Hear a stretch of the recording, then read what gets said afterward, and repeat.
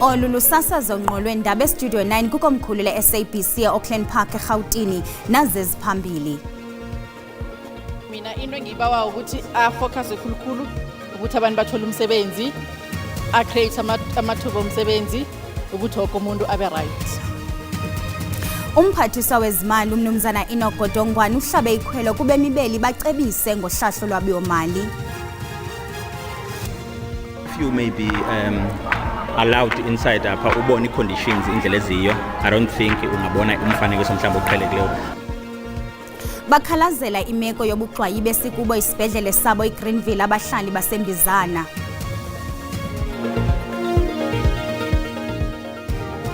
Botani Mzikantuna namhlanje livunyiwe idinga sukuphakela indaba kweli jelo singaphosanga maseko masinirhabulise kwibhekile yasemini nje.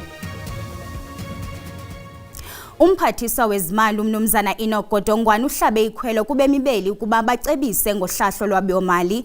Umphathiswa kulindeleke ukuba athi thatha uhlahlo lwabiwo-mali eKapa ngomso. Unongxowa kazwelonke uthi oluhlahlo lwabiwo-mali luza kuba ntlahlo-mbini phakathi kokuhlumisa uqoqosho nasekuxhaseni impula zikalujaca. Abemi boMzantsi Afrika bamemelele kumphathiswa wezimali ukuba agxile kwintlanike yemiba etshisipunzi ngokubhekiselele kwiimeko zoqoqosho lweli loMzantsi Afrika. Food prices, petrol prices, transport costs for these people that actually want to start a business and stir up this economy. You should look at things like that. So instead of trimming budgets on, on regulation and stuff like that, you should look at the budget in terms of pumping money into empowering these people. I think that the budget should go to ways to find on how we can get other students to register.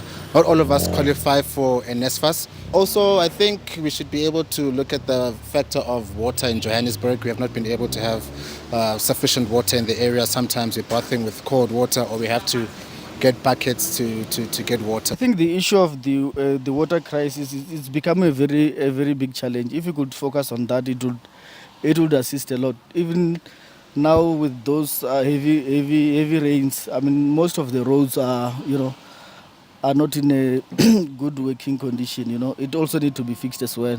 Kanti abanye bakhabalake bathi.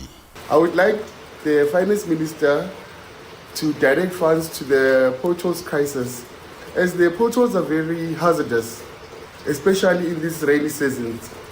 Secondly, in the electricity crisis, as the price hikes are taking its toll on the ordinary South Africans, we need the finance minister to direct those funds to those departments. That rate of unemployment kuba nobugebengu buba more. So mina into engibawa ukuthi focus khulukhulu ukuthi abantu bathole umsebenzi, create amathuba omsebenzi ukuthi wonke umuntu abe right. Umphathiswa Enoch Godongwana kulindeleke enze intetho yolwabiwo-mali malanga ngomso. Ukuba urhulumente anganikisa ngamaqithiqithi erhafu efanelekileyo unokusombulula eminye imiba ibambezela ukusebenza kwezoqoqosho. Oku kuchazwe yingcali intloko yezoqoqosho yakwa-Citadel uMartin Ackerman othi umzekelo wempumelelo enjalo yinkuthazo yerhafu yamandla ahlaziyekayo eyaziswa kuhlahlo lwabiwo-mali luka-2023 olutsale utyalo-mali kwindawo yezamandla. Uhlahlo lwabiwo-mali lwalonyaka lubonakala ngathi luza kumonyusa umnqantsa umphathiswa wezezimali. Oku kulelela emva kokuqheka kokukhula kwezoqoqosho, intswela-ngqesho nayo isayinsi ndabadala kwaye nepokotho karhulumente ithande ukulambatha. Kulindeleke ukuba uqoqosho lukhule ngo-1% kulonyaka uphelileyo kuze kubekho umnyiva ka-1.8 kulonyaka, kodwa akubanga njalo. Kukholeleka ukuba amaqithiqithi angayindlela yokurhwebesha abatyali-zimali kweli ukusombulula umngeni omandla kwezoqoqosho. Having that tax incentive for the private sector specifically attracted a lot of investments. We saw that especially in the foreign direct investment the gross fixed capital formation numbers that came through during that phase, which were very strong. And that was an indication that a lot of investments flown into not only solar, but also into the economy. Abanye bathi utyalo-mali oluqhubekekayo kwizakhiwo zophuhliso ezikarhulumente kunye nezabucala lufanele ukuba negalelo ekukhuleni koqoqosho. While several sectors have weighed in overall economic performance, leaving South Africa's growth outcomes below 1%. The previous budget reiterated the importance of infrastructure investment as well as public-private partnerships, PPPs, as catalyst for economic growth. Measures, including new funding instruments and revised regulations, are being taken to attract private sector investment, enhance infrastructure and create jobs. Ingcali zoqoqosho zithi ukuxhasa amashishini amancinci naphakathi kungancedisa ukukhawulelana nengxubakaxaka yentswela-ngqesho kweli. Kulindeleke ukuba umphathiswa wezezimali u-Enoch Godongwana anike intetho yohlahlo lwabiwo-mali kazwelonke ngoLwesithathu ePalamente eKapa. Imbumba yenkonzo zezempilo kwihlabathi jikelele ithi inkqubo ye-inshorensi yezempilo kazwelonke ayiqhubeli phambili ngendlela ebekumele iqhuba ngayo. Le mbumba ithi oku kubangelwa kukuba inkqubo yezempilo ayibanga nanguqu kwaphela kusukela ngo-2004. Kwintetho yobume besizwe umongameli Cyril Ramaphosa ukhankanye ukuba urhulumente uza kuqhubeka kulo nyaka nomsebenzi wokulungiselela ukuzinzisa inkqubo ye-NHI. Abaxhasi bezempilo kwihlabathi bayijonge ngamehlo abomvu intetho ekwiveki ezayo yomphathiswa wezezimali weli u-Enoch Godongwana. Oku kulandela intetho yobume besizwe kamongameli Cyril Ramaphosa. OkaRamaphosa ugxininise ukuba yakuqala ngokugqibeleleyo inkqubo ye-inshorensi yezempilo kazwelonke i-NHI ngamafutshane iza kusindisa umponomxesibe woluntu. Kodwa imbumba yokufikeleleka kweenkonzo zezempilo kwihlabathi jikelele ithi lo gama urhulumente ejolise kwi-NHI inkqubo yeenkonzo zezempilo ayithatyathelwanga ngqalelo kwaphela. What has happened is that while they have been busy with this NHI, they've neglected the two major systems of healthcare, resulting in a decline in access to public services and a real degradation of its service quality, and an explosive growth in the private sector without any market growth. So prices have gone up, and that's not helpful for the private sector either. Kwangaxesha linye abe-Discovery Health bathi i-NHI ayimelanga kucalucalula phakathi kwabemi beli. The principle underpinning NHI is one that I think all South Africans should support. Because what it envisions is a healthcare system which provides quality healthcare to all South Africans, and that's certainly something that I think is we should aspire to. And it was encouraging to hear the president talk about investment in infrastructure in the healthcare sector. Kananjalo imbumba yezempilo yehlabathi ithi imo ekuyo i-NHI iza nothotho lwenkxalabo.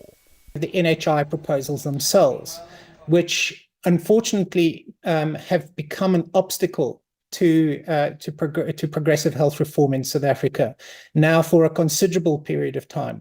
Ukanti ke imbumba yezempilo yehlabathi kwathetha xa izicwangciso zenguqu kwiinkonzo zezempilo isaleka ngelithi ilungele ukuthabatha amanyathelo okuba ziqale kungekudala kunjalo nje zilungelelaniswe ukuba zisebenze kwimali ekhoyo yeli hayi ngelinge lokunyusa umqobo werhafu kubemi. Ukanti abahlali baseMpuma Koloni bavakalise inkxalabo ngokwehla komgangatho kwamanye amaziko ezempilo kweminye imimandla esemaphandleni kweliphondo. Uninzi lwamaziko okhiwa zimissionary kwisithuba seminyaka engaphezulu kwekhulu eyadlulayo. Ukudilika kwezi zakhiwo kukhokhelele ekubeni uluntu luqhankqalaze lunyanzelisa ukokhiwa ngokutsha kwala maziko. Kungokunje abahlali babeke ithemba labo kumphathiswa wezimali uMnumzana Enoch Godongwana oza kwenza intetho yohlahlo lwabiwo-mali ngomso. Kule veki iphelileyo abahlali baseGreenville eMbizana baye kuqhankqalaza ezitalatweni bekhalazela imeko embi yesibhedlele sabo batyholisebe lempilo ngokungasinanze sisibhedlele. If you may be allowed inside apha ubone conditions indlela eziyo, I don't think ungabona umfanekiso mhlawumbe oqhelekileyo given the fact that this is 30 years isibhedlela sibolile. Ukunqongophala kwabasebenzi yenye yeengxaki ezinkulu ezijongene nelizikompilo. Abahlali batyhola ngelithi kudala bekhalaza kwabasemagunyeni kodwa nkqi isisombululo. Kungoku nje bathi makuvele kuvalwe kwa esi sibhedlele. Kuxa kuqala unyaka sithenjiswe ngoku kudala siyenza lento iminyaka ngeminyaka sifuna uba kulunge esi sibhedlele. Isebe lempilo kwiphondo lithembise abahlali baseGreenville ngelithi sizokwakhiwa esi sibhedlele. We understand that the protest action was born out of a failure to inform the people of a delay in introducing the contractor to begin construction of certain parts of the hospital. But we want to assure the community of Greenville that the contractor is going to be introduced in March 2025. Ukanti imeko ikwafana nakwisibhedlele iCanzibe eNgqeleni kunye neSilimela eSajonisi. Kuvakala ukuba ezinye izibhedlele ziza kutshintshwa zibe ziikliniki. Abahlali bona bathe nto amehlo kwintetho yangoLwesithathu yohlahlo lwabiwo-mali benethemba lokuba kuza kufakwa imali ethe xaxe yolwakhiwo lwala maziko-mpilo akwimeko ekhwankqisayo. Kwiindaba ze-SABC ndingufundiswa Mhlekude eMpuma Koloni.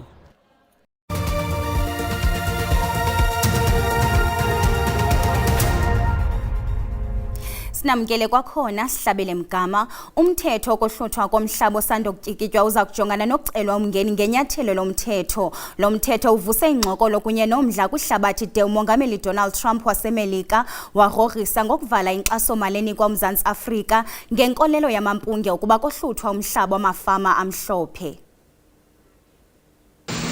The leadership is doing some terrible things, horrible things. Emva kweveke ezimbalwa kulandela kuba umongameli Ramaphosa etyikitye lo mthetho wokohluthwa komhlaba ekudala uqulunqwa, ingxelo ezikamampungo ngalo mthetho zithe ndide zafikelela kwihlabathi nkqu nakwisangca iMelika. Ingaba lo mthetho uthetha ukuthini kubemi beli? Ezona njongo zalo mthetho kukuhlangabezana nembophelelo ngokomgaqo-seko yokulungisa intswela-bulungisi yangaphambili njengoko sisitsho isithethi sobongameli. There is no confiscation of anyone's land in South Africa. There is no officially sanctioned discrimination by the government of anyone in this country. The Expropriation Act has been unfortunately misinterpreted and there has been a lot of fear-mongering. Lo mthetho nobungumthetho oyilwayo ungaphambili ungene endaweni ye-Expropriation Act 63 ka-1975 kusaphethe urhulumente wamadlagusha. Ngalo mthetho kuvunyelwa ukohluthwa komhlaba xa injongo ikuxhamlisa uluntu. Ukanti inkqubo yalo mthetho omtsha ngokutsho kwetshantliziyo lezemihlaba ayikho lula ulo hlobo. This is not a bill to transform property relations in the country. It's not a bill to transform land relations in the country. So I see the real critique of the bill being, because it's a highly procedural bill with vague and contradictory procedures, it will be ineffective. And also because it's a substantively limited bill, it will not be as disruptive to the property markets as the sort of a lot of misleading reportage has been on this bill.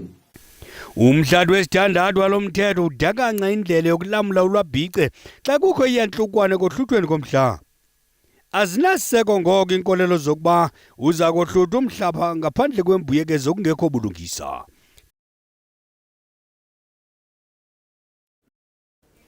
Isebe lezempilo KwaZulu-Natal lingqinisise ukunyuka kwenani lokosuleleka sisifo sochwane nenyebethu kweliphondo limi ku-195. Elisebe lithi elinani lokosuleleka elishicilelweyo lisuka kwizikolo zamabanga phantsi namaziko abasakhulayo.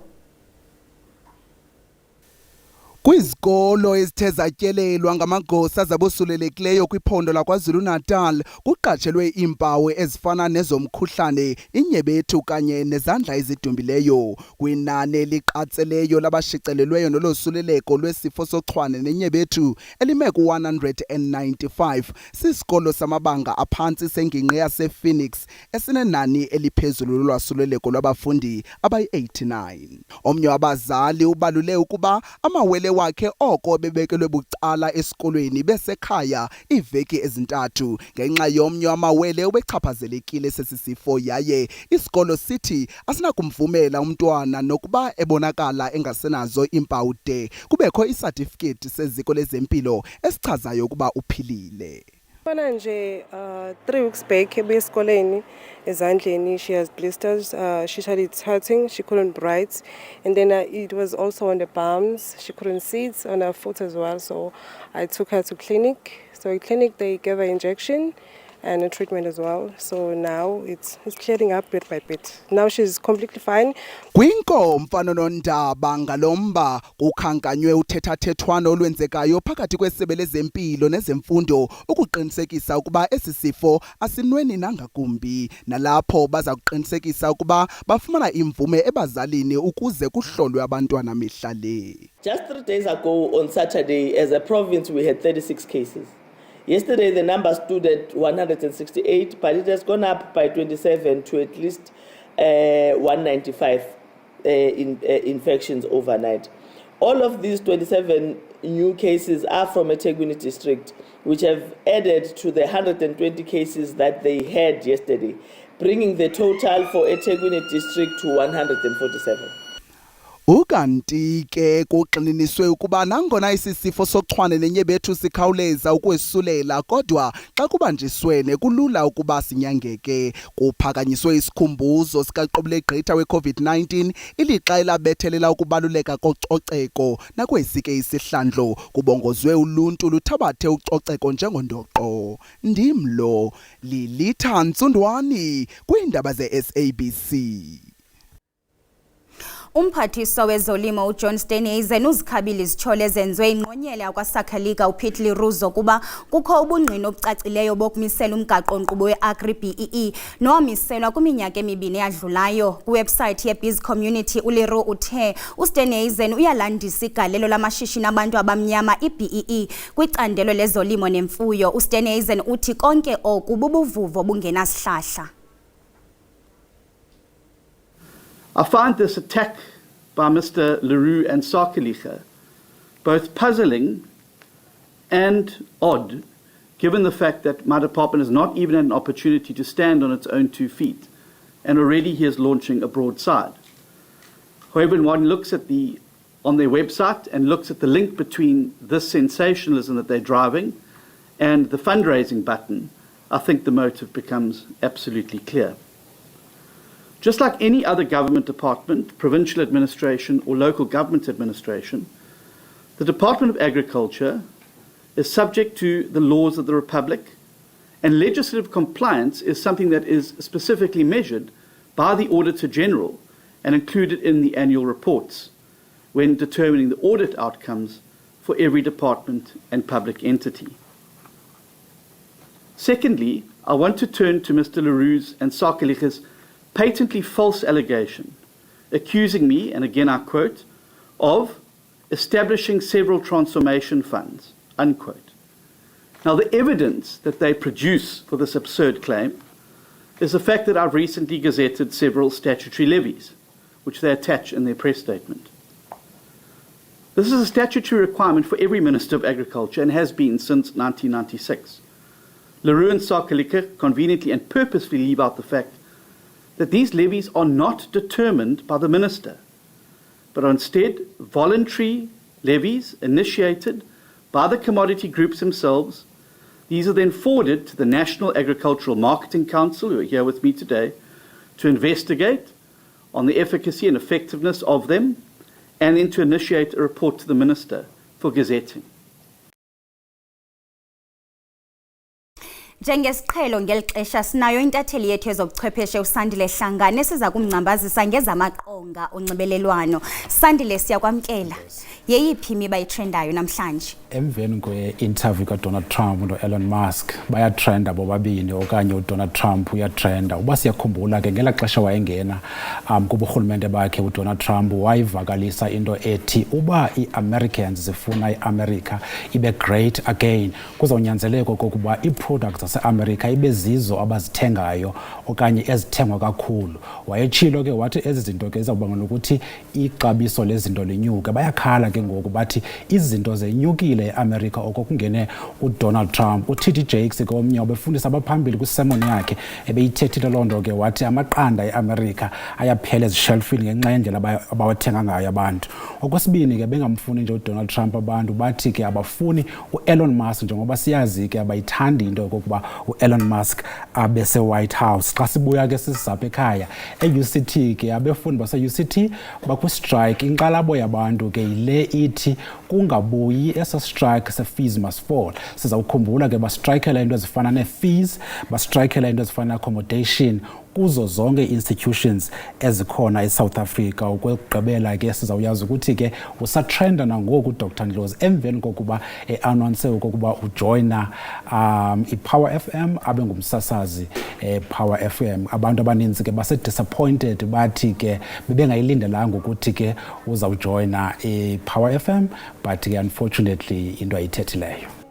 Hlangabezana xa bethu beniphakela indaba ngecala emva kwentsimbi yesihlanu ngolwimi lweSwati. Nathi siyabuya ngeyesixhenxe ngokuhlwa nje. Kamnandi into zakuthi.